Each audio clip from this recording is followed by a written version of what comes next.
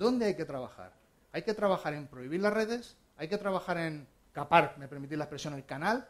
¿O hay que trabajar en la cultura de las compañías y en los trabajos y en cómo la gente trabaja para precisamente evitar este tema? Porque mañana van a aparecer otros temas.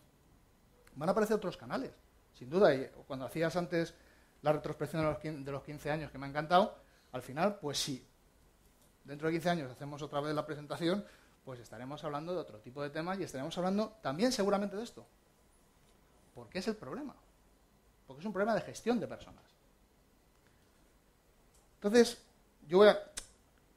me vais a permitir que ponga esta definición, que son, nosotros planteamos esta definición de las redes sociales en 3 puntos, ¿no?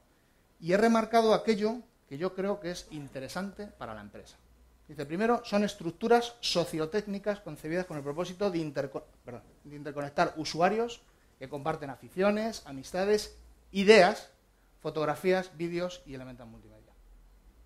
¿Qué mejor elemento en una empresa que la generación y la compartición de ideas? Vamos a ver cómo utilizarlo. Segundo, se basa en el principio de comunidad abierta, que eso es una palabra abierta para las empresas complicada en muchos de los casos. Tradicionalmente y culturalmente las empresas no son, y eso lo reconozco y lo digo, no, las empresas no son sociedades democráticas, ¿de acuerdo? Ni deben serlo, porque hay unas estructuras, pero sí deben ser abiertas. Deben estar en permanente escucha, escuchando a sus empleados, a sus clientes, a sus proveedores. Por tanto, una comunidad abierta, y digo no jerarquizada desde el punto de vista de que yo soy el que digo y vosotros los que escucháis, sino que estamos en un modo síncrono, o sea, es decir, yo cuento, vosotros me respondéis, os vuelvo a contestar, y así sucesivamente, es lo que se llama inteligencia colectiva, y lo que es enriquecedor realmente de todo esto. Y por último, que permita a los usuarios operar de manera intuitiva en un modelo que nosotros, bueno, es un modelo, no es nuestro, pero es un modelo que es muy habitual, que es el de las 3 Cs, de comunidad, colaboración y comunicación. Y al final me cargaré el cajón este. Vamos a hablar de algunos datos. Algunos datos, y decía al principio que no quería dar datos, pero sí que estos para mí me parecen muy significativos. Desde el punto de vista de la prohibición o la no prohibición, o el uso o no uso en las empresas de las tecnologías, sobre todo de las redes sociales. Lo primero es que España es el 7º país del mundo en el uso de redes sociales. Esto ha tenido aquí una explosión tremenda. No sé si por nuestro carácter social, no sé si porque es un tema tecnológico que a nosotros nos gusta mucho, no lo sé, desconozco. Nadie sabe decidir o decir en este caso por qué estamos en esta situación, pero lo que sí es cierto es que ha habido una expansión brutal. El 80% de los internautas pertenece a alguna red social, en mayor o menor medida, más activo o menos activo, pero hay un 80%. Con lo cual, la cultura está. Yo comento siempre con las empresas, les digo, mirad, si estos datos, si España es el 7º país del mundo en redes sociales, en uso de redes sociales, es decir, la gente está habituada a la tecnología, trabaja con este tipo de herramientas y demás, ¿por qué somos el último país de Europa en trabajar en teletrabajo? O trabajar de una manera mucho menos presencial. El caldo del cultivo está hecho. ¿Por qué tenemos que trabajar así? ¿Por qué el jefe nos dice, o vemos los anuncios de prensa de un anuncio de trabajo, ¿no? Donde se anuncia un trabajo y dice, localización Madrid, personas de Madrid, o de aquí de Valladolid? ¿Por qué? Estás renunciando al talento. Si tienes a la persona conectada. Vivimos en un mundo, hablando de las redes sociales, todos decimos, yo estoy conectado con 1000 personas. Y esas 1000 personas, no sé cuántas son de Australia, otras 5 de Alemania y otras no sé cuántos. ¿Podemos trabajar, compartir fotos, compartir comentarios, tener una cierta relación personal y no podemos tener una relación laboral? Absurdo, ¿no? El 60% de esos miembros de las redes sociales la consulta todos los días. Pues habrá que, no voy a decir respetarlo, pero sí que hay que canalizarlo y hay que intentar llevarlo de una forma adecuada. Y por último, yo creo que me encantó esta frase, porque la vi en un sitio, lo de las noticias importa, pero importa más lo que pasa en mi muro. Porque a mí no me hace falta, ya llega un momento, y bueno, tú sobre todo Alfredo, bueno, todavía más, ¿no? Pero no hace falta ni que las noticias las lea, si es que me vienen solas. O sea, yo hago ya que la red trabaje para mí. Ya me vienen las noticias, yo me entero al minuto o a los 30 segundos me he enterado de una noticia el otro día cuando había descarrilado un tren. Es que no había ni había salido la noticia y ya estaba alguien diciendo que se había enterado que había descarrilado un tren. Es tremendo. O sea, es decir, en este caso, en tu muro, en tu Twitter, en fin, en la parte de la información donde tú estás recibiéndola, tienes mucha más información y estás mucho más pendiente de eso que realmente de las noticias, ¿no? Importante. En las empresas todo esto tiene que calar. Es decir, no podemos estar hablando de que, bueno, esto es una moda pasajera, como hemos visto, de qué tal. La fuerza de trabajo, la nueva fuerza de trabajo, la generación Y, los nativos digitales, como queramos llamarlo, están hablando ahora de otra nueva generación, son estos, están habituados a esto. Una generación con muchísimo talento que lo que hay que hacer es captarla. ¿Y cómo la vas a captar? ¿Prohibiendo Facebook en tu empresa? ¿No utilizando las herramientas adecuadas dentro de tu compañía para canalizar precisamente todo ese talento? Os he puesto en esta slide, bueno, pues una serie de hábitos, ¿no? Que en este caso, o de planteamientos que tienen estos nativos digitales. No tienen secretos online, eso es realmente conocido. El tiempo libre prevalece sobre el trabajo. Estoy a medias de acuerdo. Lo que sí le dan es importancia al tiempo libre y a la conciliación. Yo me crié en una cultura donde mi padre lo único que me decía era: tu hijo lo que tienes que encontrar es un buen trabajo y trabajar mucho. Trabaja mucho, muy duramente. Hazte un porvenir, llega a donde sea. No me habló nunca del ocio. Me dijo: hijo, disfruta, que también la vida es así, ¿no? Luego lo he descubierto, tarde, ¿no? Pero de alguna forma, en cambio, en la cultura de los nativos digitales es distinto, es una parte de equilibrio. Realmente la amistad es importante, lo es el trabajo también, pero el trabajo tiene que ser un medio y pueden llegar a ser mucho más productivos que nosotros, si realmente canalizamos y hacemos bien los medios para que ellos trabajen. Hay una parte que dice ajenos a las políticas corporativas. Las políticas corporativas, y ahora lo veremos, no se imponen. Tienen que ser permeables a través de las compañías.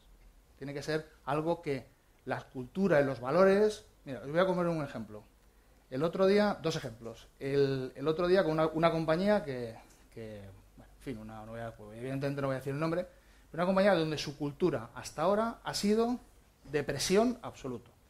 La que llamo yo cultura aliento cogotero. Es decir, el jefe todo el rato aquí detrás y demás. La presión brutal.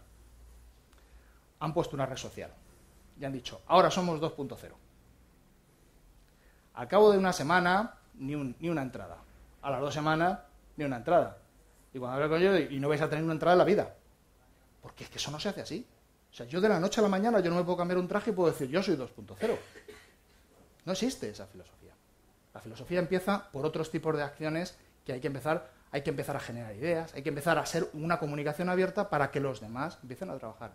Y el segundo ejemplo es otra compañía con la que estuvimos también trabajando. Y esa compañía era muy curioso porque los trabajadores tenían su foro en Facebook con el logo de la empresa, pero no querían que los directivos entraran en ese foro. ¿Qué os parece eso?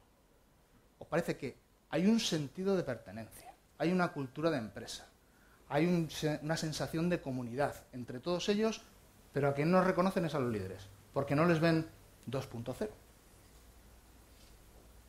Y no hablaban, y os puedo garantizar que en esos foros, que conocía una persona que estaba, no hablaban para nada. Hombre, alguna cosilla también criticaban, no voy a decir que no, pero no era en tonos peyorativos ni despectivos, sino que había propuestas y muy interesantes. Pero curiosamente no les dejaban entrar a los directivos. Es un caso real, ¿eh? Por tanto, y yo para acabar aquí, no quería tampoco enrollarme mucho, yo voy a intentar daros 10 claves. Ni soy un gurú, como ha comentado Alfredo, no hay secretos.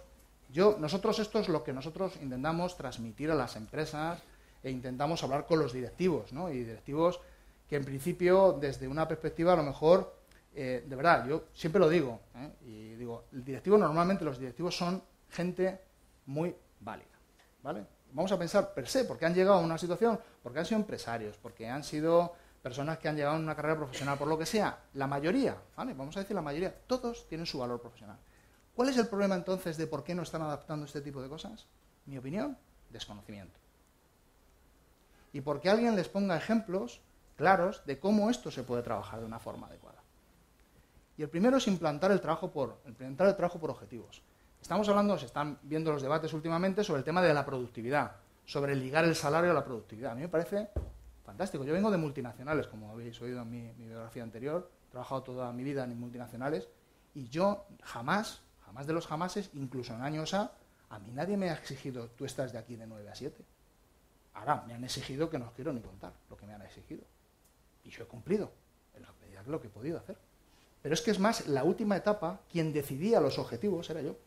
Y se los proponía a mi jefe, y encima os puedo garantizar que me exigía mucho más de lo que me hubiera exigido él. Esas son las culturas de definición por objetivos que tenemos que trabajar.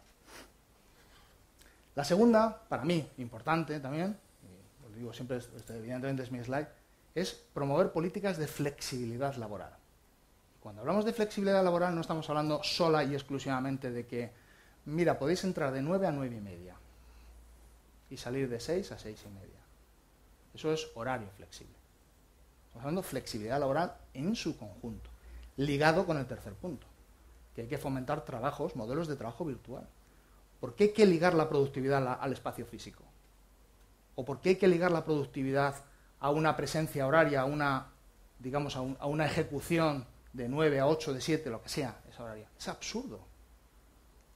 Siempre y cuando estemos hablando de trabajos que puedan definirse con unos objetivos. Hay una parte, todos sabemos que hay unos trabajos más manuales, etcétera, donde tienen una parte horaria, ¿no? Pero quizá cada vez menos.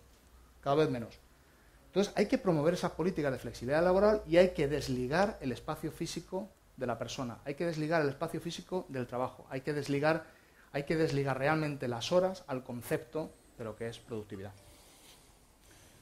Un cuarto punto sería, sin duda, y lo comentaba antes Alfredo, establecer políticas de seguridad y protección de datos. Pero es que debe haber, tengamos redes sociales o no tengamos redes sociales. ¿Cuál es el valor de mi empresa? Mis datos, mi información. Yo tengo que protegerla, pero tengo que protegerla de mis empleados, tengo que protegerla de cualquier intruso o de cualquier hacker que pueda entrar dentro de mi compañía o de mis redes y pueda robármela.